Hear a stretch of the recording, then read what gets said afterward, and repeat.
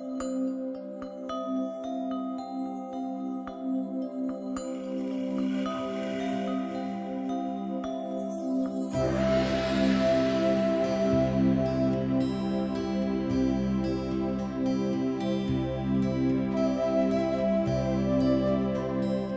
you so much. Thank you all for being here. As Colette mentioned, my name is Scheherazade Jafari, and I am feeling incredibly honored to be able to moderate today's discussion with Maulana Wahiduddin Khan.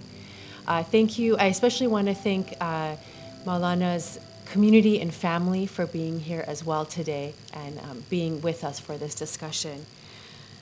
As we all know, Maulana Khan is an eminent Islamic scholar, teacher, and nonviolent activist. For his lifelong contributions to world peace, he has received numerous awards, far too many for me to list them all here, we'll be there all day, but including one of the highest honors in India, the Padma Bhushan Award, the National Citizens Award presented by Mother Teresa, and recently from the 2015 Forum for Promoting Peace in Muslim Societies. His Center for Peace and Spirituality International, CPS International, draws inspiration from the Quran and the life of the Prophet Muhammad to promote peace and spirituality through interfaith efforts. And Maulana Khan has authored thousands of articles in over 200 books, of which we have some here, on Islam, prophetic wisdom, peace and coexistence in a multi-ethnic society. His most recent book, which we have the great pleasure of hearing about today, is called The Age of Peace. And before we have a chance to hear from Maulana himself, we have the great pleasure of having with us Dr. Saeed, who will introduce us to the book. Dr. Saeed, as we know, is the Director of Interfaith and Community Alliances at the Islamic Society of North America, ISNA. Prior to this, he served for 12 years as the Secretary General of ISNA. And Dr. Saeed has also served as the Secretary General of the International Islamic Federation of Student Organizations and as the General Secretary of the Association of Muslim Social Scientists. And he's also one of the founders of the Quarterly American Journal of Islamic Social Sciences. So thank you so much for being here, Dr. Saeed, and we are looking forward to your thoughts on the Age of Peace. Assalamu alaikum. What a great pride and what a unique opportunity to welcome Maulana Wahiduddin Khan, a unique scholar in the area of peace building in Islam. And today also welcoming his family and his friends who have traveled all the way from India. On behalf of my organization, Islamic Society of North America, which is celebrating its 52nd anniversary of its existence, what that means is it was born on the same day, same month, same year when Martin Luther King had his dream speech in America. So we are the result of that dream. People think that that dream turned America into a more inclusive society in terms of different races and ethnicities. But the fact is that America became more inclusive in these 52 years in terms of religious diversity as well, because a new religion was added to the American religious landscape. So for the last 52 years, we have been involved in that kind of peace building, and the creation of this institute was one of the greatest collective achievements from us. And we work very closely from the very beginning, and we are involved in different ways in different projects nationally and internationally. So it is really a great honor for me to bring to your attention this special book, The Age of Peace. Maulana calls it the Reengineering of mind. So there's another book that was written about 75 years ago. It was called Reconstruction of Islamic Thought. It was written by one of the topmost scholars of Islam, Allama Iqbal. reconstruction of Islamic thought, because at that time he thought that there has to be a reform in the Islamic theology, Islamic jurisprudence, and so on. And then he thought that in order to have that reform, we should have some state, we should have some homeland where we can introduce that reformed understanding of Islam. But the politicians took the second part of his claim and forgot the first part. That is, they created a homeland called Pakistan, but they did not continue the vision of Allama Iqbal to have a reconstruction of Islamic thought. So today, we are not talking just of reconstruction of Islamic thought, we are talking about the what do you call it? This is a new word, the re-engineering of the mind. So this is a unique book in that sense. But I want to tell you that books of this nature, Maulana's books, because they are introducing a new thought, they are controversial. There are people who like them, there are people who don't like them. And I'm sure that this book will be burned in many parts of the Muslim world. And I'm sure that if it is not burned, it will be banned in many parts of the Muslim world. But I want to say that during the last 52 years, the community that we have created in this country, they are open-minded. They are ready to discuss and debate. They don't support the burning and the banning of the books.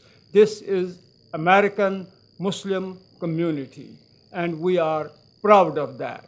We hope that it will generate that debate, it will generate that discussion, and that will provide a better perspective to our other brothers and sisters in the rest of the world.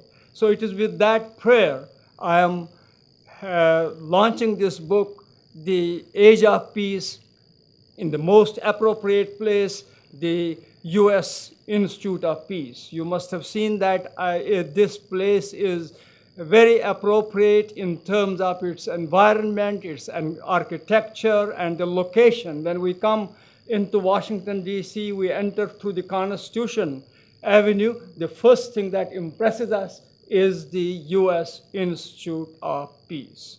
So I conclude with the prayer that Allah subhanahu wa ta'ala, Almighty God, He opens up the hearts and minds of everybody and helps us to understand and to discuss what Maulana has to offer us. You know that he is our guest in our 52nd annual convention in Chicago.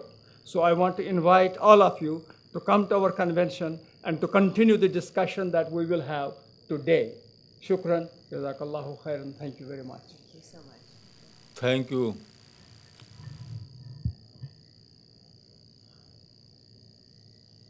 I can say that I visited USA more than 10 times.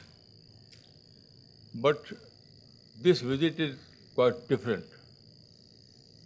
This time I am here to introduce my latest book, The Age of Peace.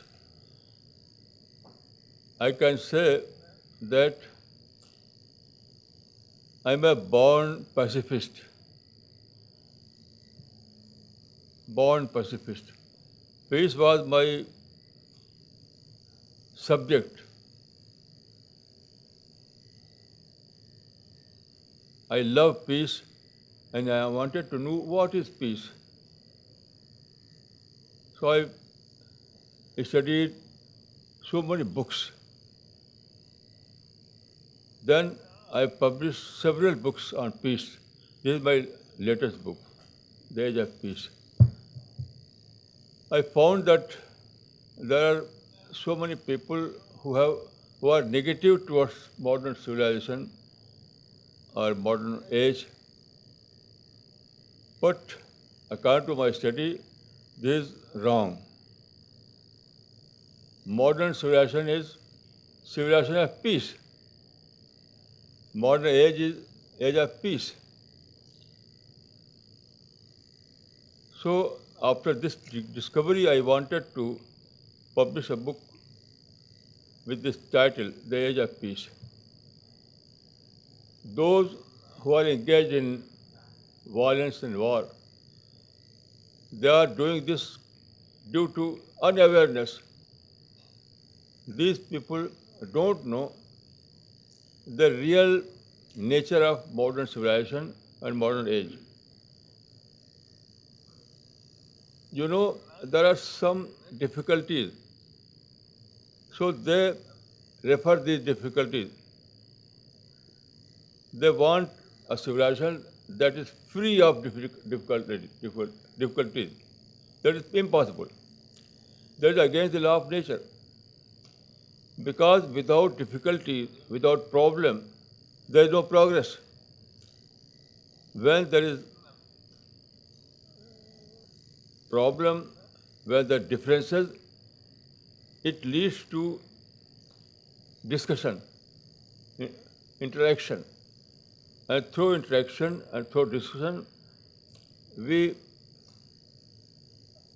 our journey is continued towards our goal, that is finding the hard truth. So according to my study, present age is age of peace, present and civilization, modern civilization is civilization of peace. So those who are engaged in violence, I wanted to make them aware of this fact. It is my belief that present age is age of opportunities, but age of opportunity explosion. Everywhere there is open explosion, and there is freedom. There is no restriction at all.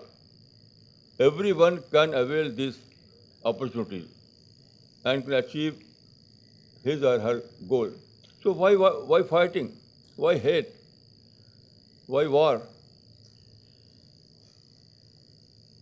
In the present age, war and violence is just to waste your time. If you are engaged in war and violence, you are wasting your time. When there are open opportunities, so you have to avail those opportunities and reach your goal.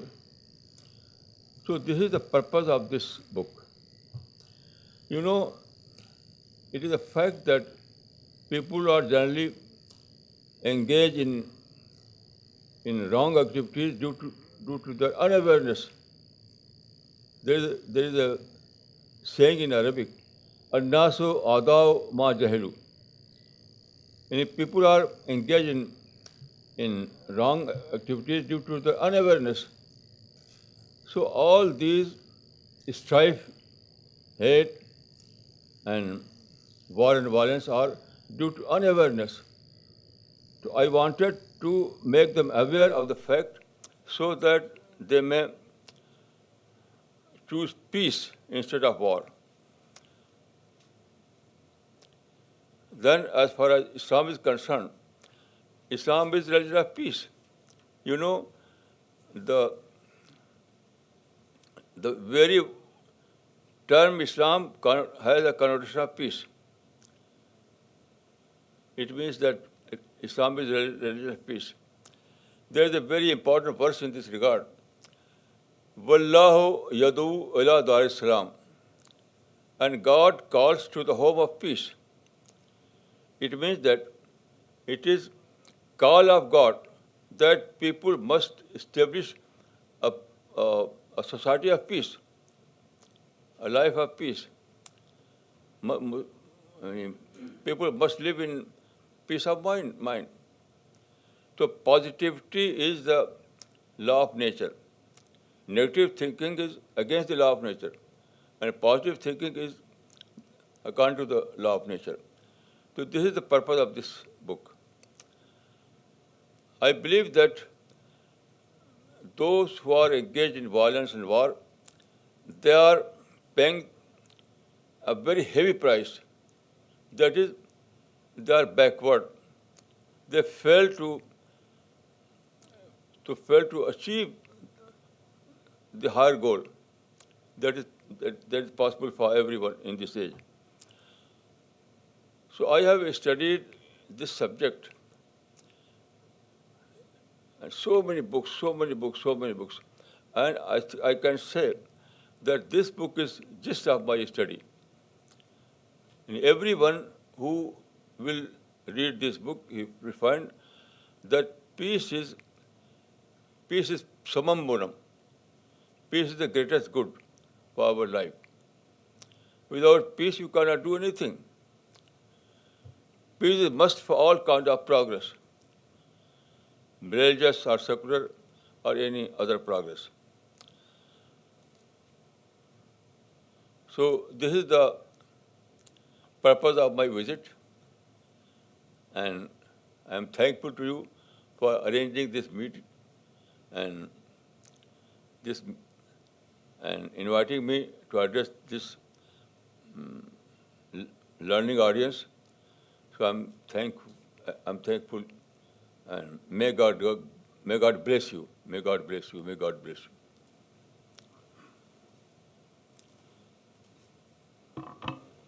Thank you so much. Thank you, Maulana.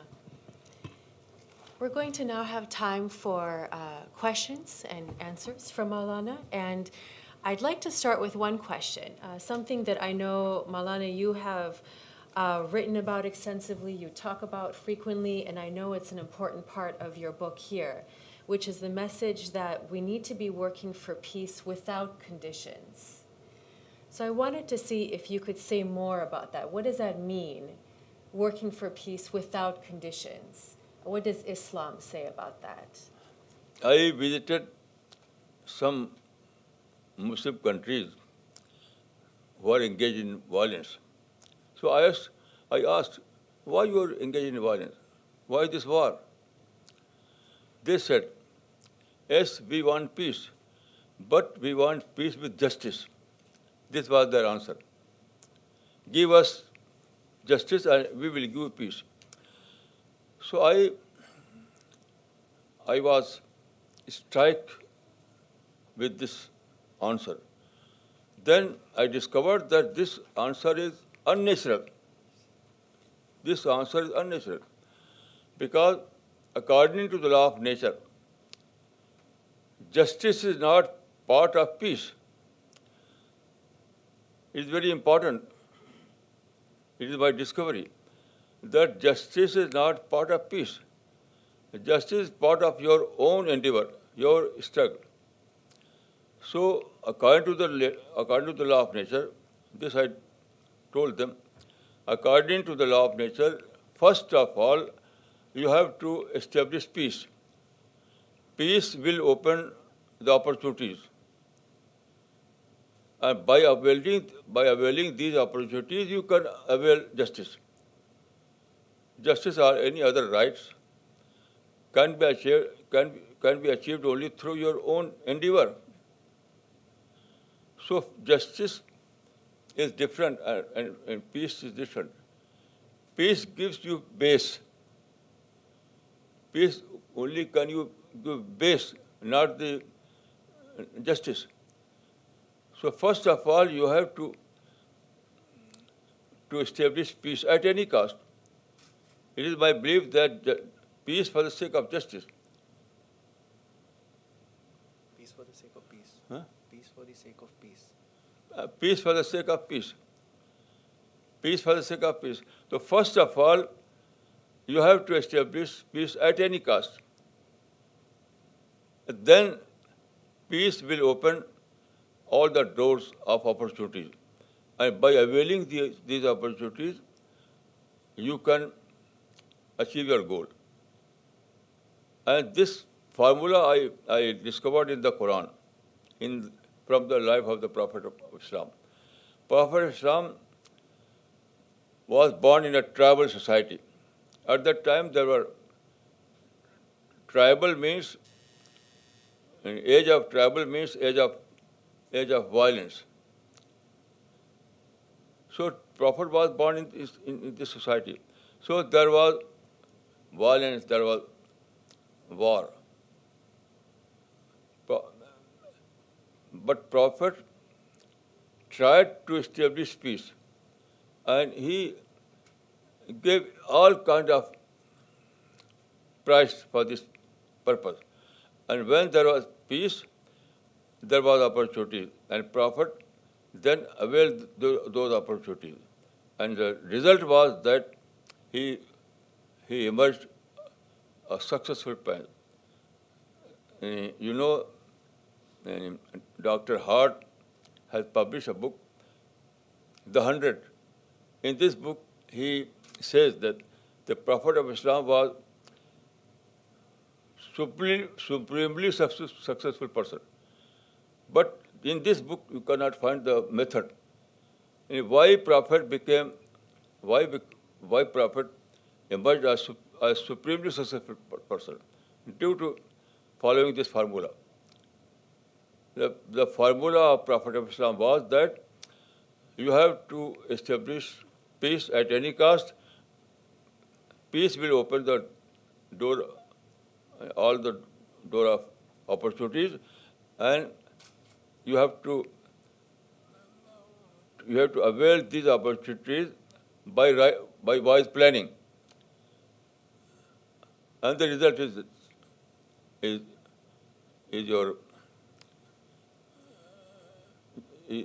just success. This is my finding. Thank you. Let's open it up for questions and discussion. If you can please say your name and possibly your affiliation, and then your question, your comment. Would anyone like to start?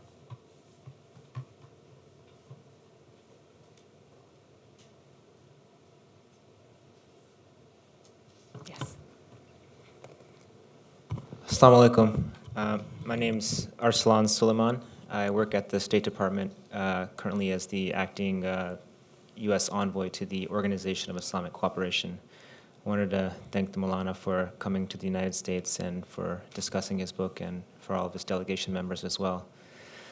One question that I had was, the Maulana was mentioning that in his studies he's drawing from the Quran and the example of the Prophet in promoting peace. But today we also have many of these members of extremist groups who look back at the example of the Prophet and the Sahaba during wartime, and they look at these examples and use different practices during battles and other examples as justification for their own violent acts and tendencies. So I was wondering if the Maulana had any comments about that, about how the examples from the past have to be contextualized, and how to distinguish between those examples which have a basis or a context of around violence and those that don't. Thank you. It is by finding I discovered after a detailed study that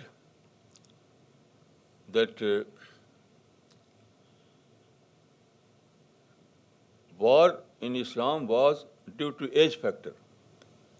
It was not Islam's own choice. Islam never wanted to wage a war. But as it was age of tribals, and tribal means age of wars. So due to this, that they always wanted to engage Prophet of Islam in wars. But Prophet always managed those wars. And in Islam, there was no full-fledged war. Full-fledged war means at least 6 days war, minimum. But there was no full-fledged war. All those so-called wars were skirmishes.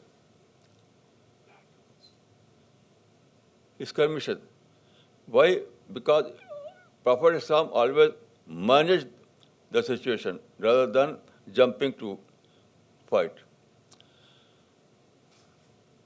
Then I published a book, Prophet of Peace. I think this book is available here. You can read it. Prophet of Peace. People generally think that Prophet of Islam was prophet of violence. It is completely wrong. According to my study, those people who are tribal chiefs, they wanted to involve him in war almost 85 times. 85 times. But in actual sense, there were only 4 wars. 4. Because Prophet always managed, always diffuse the tension. So, Prophet gave this example that if there are some violence from the opposite party, you have to manage it. Don't respond violently, but respond peacefully. So I have established this fact in my book, The Prophet of Peace. Perhaps this book is available here, and inshallah you can find some time to read it.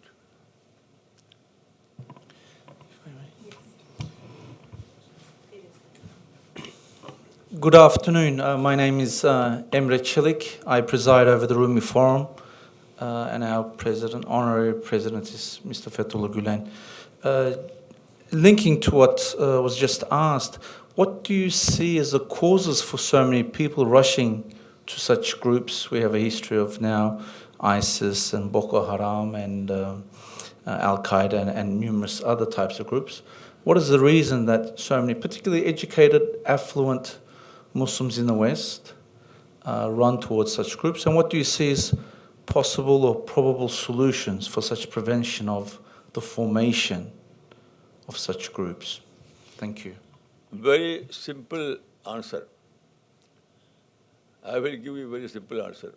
That is, you have to differentiate between Islam and Muslims. These people are Muslim, belong to Muslim community, but they are not Islam. Islam is an ideology. Islam itself is not a community. Islam is an ideology. So you have to judge Muslims by the teaching of Islam and not vice versa. Then these people are always, and according to my study, these people are remnant of tribal culture. All those people who are engaged in war, they are remnant of tribal culture. So it requires education. I think Muslims are backward in education. By education, I mean modern education. So the root cause is their backwardness in education. So simply condemnation will not work. Simply waging war against them will not work. You have to educate these people. Without education, you cannot eliminate this phenomena. I'm myself engaged in this cause. I published so many books in different languages. I want to educate these people. So I can say that there are thousands and thousands of people who have abandoned violence due to my literature, due to my mission. So there is a dictum adopted by UNESCO that violence begins from mind. I would say that peace also begins from mind. If you are thinking is peaceful, then your act will be peaceful. If your thinking is violent, then you will be violent. So education means to make people aware of the fact, to awaken mind of people.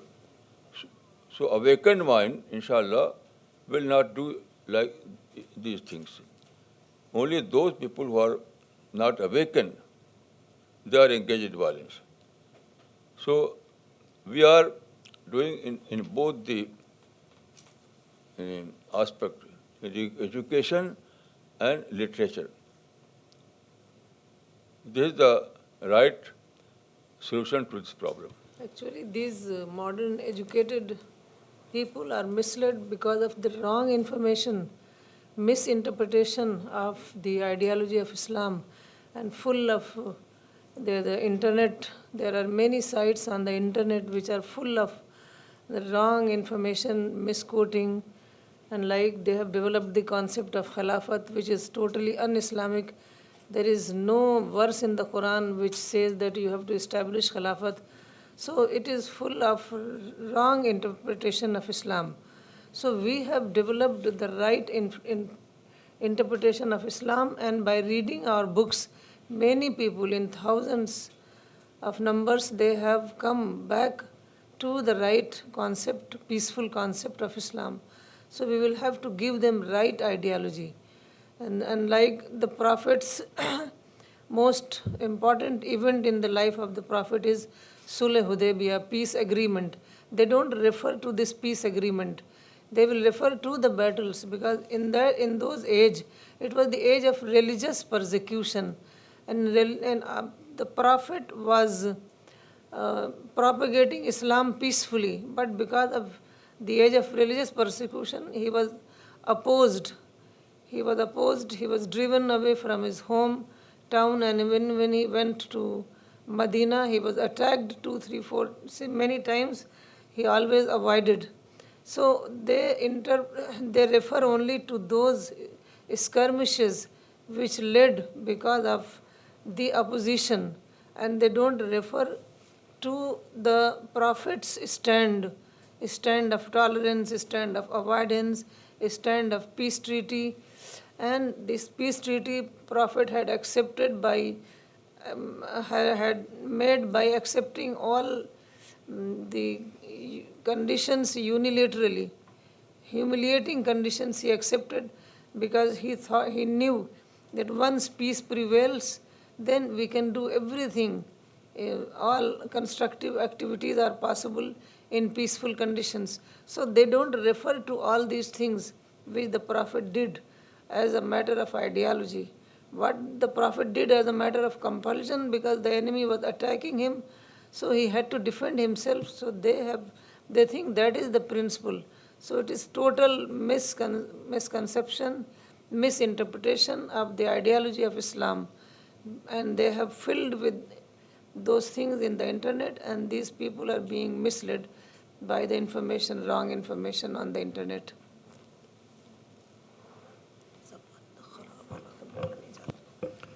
Assalamu alaikum. My name is Saeed Muqtadir. I'm the president of All Dallas Area Muslim Society, known as Adam Center.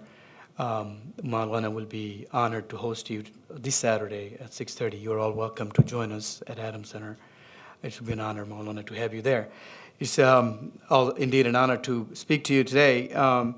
My particular question is from a wisdom. If you look at the peace process, historically, it has always been a struggle with the political objectives or nationalistic objectives more than anything else that creates the barrier in peacemaking. In actual peacemaking, in your mind, do you see a role that the political process of the politicians can play that can endure peace rather than violence and so on?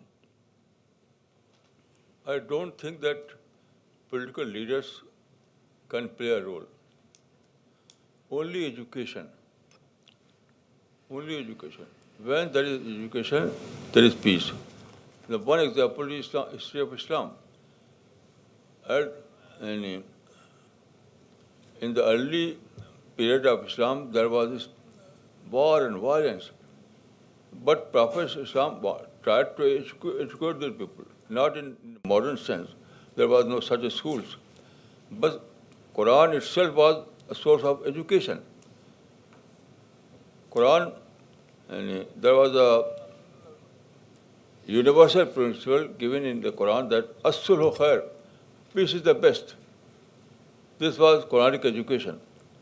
Peace is the best. And through peace you can achieve all your goals. But through violence you cannot achieve anything. So Quran itself was a source of education. Then there was a peaceful society. Before Islam, there was a tribal culture. Every day there was war and violence. But Islam was successful to establish peace. It was through education. Quran itself was education. So I don't believe that political leaders can play a role. History is not. History will not witness to this claim. Only preachers, only spiritual persons, only religious personalities, only educators can establish peace. The greatest role in this regard is educators' role. Educators, not in formal sense. I believe that in formal education and informal education, both can play a role in this regard. And I am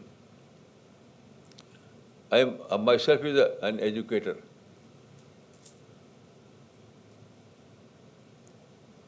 Absolutely, yes. Maulana, follow up on this question, which was very relevant. Education is important. We all know that. Sorry, my name is Tariq, and I'm just an independent consultant nowadays. Now, education is important, but the thing is, we have so many people who have been educated enough in this world. But with that, there has to be, from my personal perspective, has to be a desire of discovery of God. So without that discovery, like in case of Muslims, I can safely say, I lived a long life with Muslims. Except your readings, your books, I never came across a single Muslim in the last more than 50 years of my life who ever told me that you have to discover God. Now, when Dr. Said was talking about Allama Iqbal, I sometimes think he was giving a very interesting thought at that time. But the fact is, Muslims ruled India for 7-8 centuries. They had no inhibition, they had no obstacles. But since they had not discovered God, from my perspective, therefore, they never cared about God. And now, when Hindus become a majority during the independence struggle, the same Muslims, because of fear of being a minority, they start looking for a homeland. So I think realities are very bitter. Now, because of that thinking, my question, what bothers me is, why couldn't Iqbal understand this fact at that time, that people like me, I have no interest with God, and they are trying to experiment something in a separate homeland? So all I'm saying is that with education, there has to be an interest in God. Without that, education can lead us nowhere. Thank you. Yes, I do agree that if you are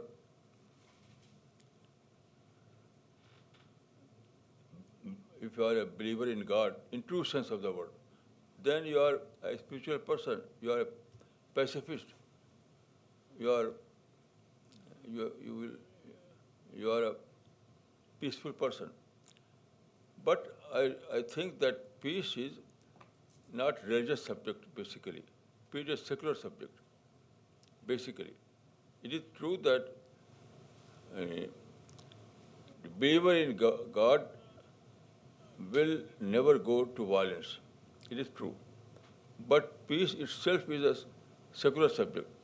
And I can say that I can refer to Japanese society. Japanese society is secular society, basically, and they are most peaceful person. Although in the Second World War, there were violent persons, but now they are peaceful person. So I think that believe in God is greatest good, it is true. But peace can be established through secular ways. Because where there is peace, there is industry, there are all kind of development. So it is everyone's own interest. Everyone wants to uh, to to to do business, to do all those things that is good for his life or his family's life. So it is everyone's concern to find peaceful situation. So I can say that uh, peace any peace is not religious subject basically. It is secular subject. It is my belief.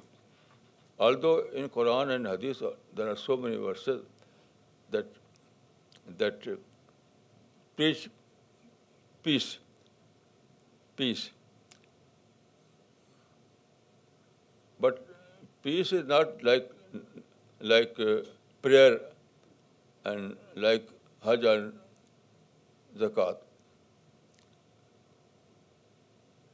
Where there is peace, there is religious activities also. So it is religious concern to establish peace, because without peace there is no religious activities. But at the same time, without peace there are no secular activities, educational activities, industrial activities. This is my personal belief. Thank you. Well, I can't believe it, but we're actually out of time already. You have one more question? Do we need to leave the room immediately, or one more question? Okay. You talked about re-engineering of minds. How can you re-engineering jihadist mindsets, and how have you dealt it in this book? Re-engineering of mind means deconditioning of mind. Because everyone is born in a society, and it is society that conditions your mind. Everyone becomes Mr. Condition or misconditioned. So it is the first duty of educators to decondition their mind. And deconditioning means re-engineering of mind. Without deconditioning of mind, you cannot expect from people, because man always think under his conditioning. So before deconditioning, you cannot make them any objective thinker. Only a deconditioned thinking can think objectively. So this is the psychological issue. According to psychology, everyone is conditioned, Mr. Condition, misconditioned. So if you want to bring about change in life, first of all you have to decondition the mind. Before deconditioning, you cannot bring about any change in their life.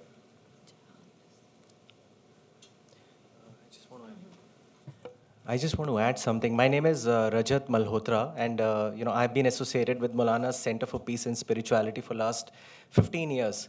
And I come from non-Islamic background. And I can say that, I am a product of, that re-engineering of mind that he talks about. Because when I met him, I was living in hatred and in the concept of we and they. And then, his peace process, initiated, and that changed my life completely. And as a result, I'm sitting here in front of you, completely 360-degree, turned around in my life. And I want to give a real life example as to how Center for Peace and Spirituality does that, and that is way of doing several workshops that we organize. So in one of the workshops, there were some Muslim scholars, ulemas, who were present, and Maulana was kind of checking as to what is their thinking process. So in one of the sessions, he asked one of the ulema that, do you hate people? So he said, no, Maulana, I'm totally free of hate. So he asked him, okay, I want to know, do you hate Christians? So he said, no, I don't hate Christians. So then Maulana said that, do you hate Hindus? He said, no, I don't hate Hindus. He said, do you hate this political party, that political party? So to every question, the answer was no. But the moment Maulana brought about, do you hate Jews? He almost stood up and he said, of course, they are our enemies. We should kill them. So Maulana was able to find out, that in the heart of his hearts, he had this hatred. So then he started, his process, and he said that, do you know that one of the Islamic teaching is that if you have even an iota of hatred, God will not enter you into paradise. So, this whole process of re-engineering is about giving a counter ideology, telling them that what they are doing is not definitely going to take them to paradise, rather it is going to take them to hell. So unless you make these, these suicide bombers, these jihadis, believe from the very own scriptures that they refer to, and tell them that what they are doing is un-Islamic, it is unlawful, and God will not pardon it, they will not move from that path. So Maulana's mission, Maulana's Center for Peace and Spirituality, his work is actually engaged in doing that. And while I was not a jihadi, but of course I lived in this hatred concept, and I am a product of that re-engineering process. So this is all that he has been doing. And when he says he's an educator, there's several workshops that we do in Delhi and outside Delhi, and the entire focus is to make people positive oriented, contributing citizens towards universal peace. So I just wanted to add to that. Yeah. Yeah, so Kashmir is one example, and the government of India recognizes Maulana's work, and there are several people, jihadis, who have given up arms, and they have taken. You would be very happy to know that they have taken to the field of education. So and we did several workshops, and in one of the workshops, the stone thrower came and he stood up and he said, Maulana, I pledge in front of these 200 people that I would never ever throw a stone, and I would rather give them a book of peace.